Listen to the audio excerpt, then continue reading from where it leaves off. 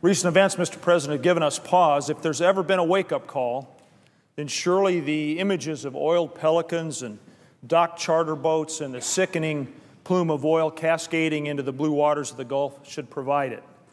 Time and time again, we've seen opportunities to seize our energy future passed up because of our addiction to fossil fuels, our tendency to put off difficult choices, or our habit of letting partisanship get in the way.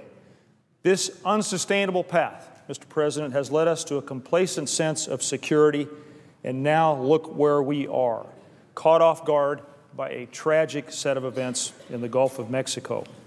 Mr. President, as the Gulf disaster has made clear, our existing sources of energy come at a cost greater than just the price at the pump. They can be catastrophically damaging to our economy, our national security, and our environment. Look, I don't have any illusions about our need for traditional energy sources, and with that I agree with the Senator from Alaska. But the more quickly we transition to cleaner energy, the sooner we secure a strong and vibrant future for America. Every year, we send nearly $800 billion overseas to buy oil from foreign countries, some of which clearly don't have our interests at heart. But the resolution we are debating today, I believe, would help continue this reliance. Mr. President, let's not be fooled. We are in a race against foreign competitors in the European Union and in Asia to meet the world's demand for clean energy. An advanced and entrepreneurial country like ours should do well in such a race. But instead, over the last 5 years, as clean energy started to boom, the United States renewable energy trade deficit ballooned by 1,400%. China, South Korea, and Europe are all pulling ahead of us in this crucial race. I just returned, Mr. President, from China, along with Senators Feinstein and Hagan.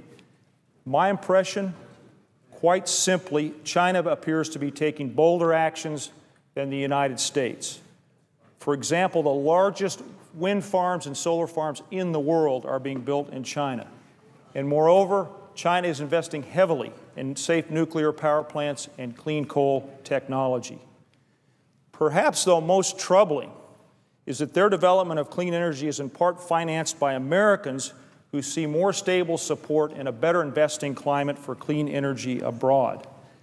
The resolution, however well intended, from the Senator from Alaska, I believe signals to investors that our country is not ready to fully support these investments in clean energy.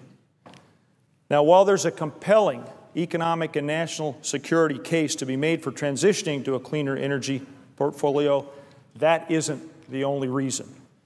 Scientists, industry, and state and local officials all agree that climate change is a challenge that our society must address. In my home state, in Colorado, we're already witnessing the effects of climate change. Increased threats from drought, wildfire, and the bark beetle infestation are not theoretical, they are real. Come to my state and see those effects. So I firmly believe that to fully jumpstart this inevitable revolution, we must put a price on carbon. Some have suggested this would lead to job loss. I disagree. Our experience in Colorado tells a different story. By setting renewable energy targets, we've helped create an exciting, vibrant, growing clean energy economy in Colorado that's delivered thousands of new jobs. Those jobs, Mr. President, have remained in this economic downturn because they're real jobs, they're future jobs. They provide the energy we need. Our financial markets and our energy markets have been waiting for years for leadership from the Congress on this issue. And despite the economic and the environmental and the national security interests at stake, some of my colleagues seem to be dead set on throwing up barriers in front of investors. This is in part why I'm opposing this resolution, because it sends a message that the status quo is acceptable. It's not. We need a clear path forward, we need a price on carbon, and we need to set achievable standards for renewable energy to create a positive environment for private investment. This resolution would block that path. No less than our safety and our security is at stake, Mr. President, and I urge my colleagues to vote against this resolution.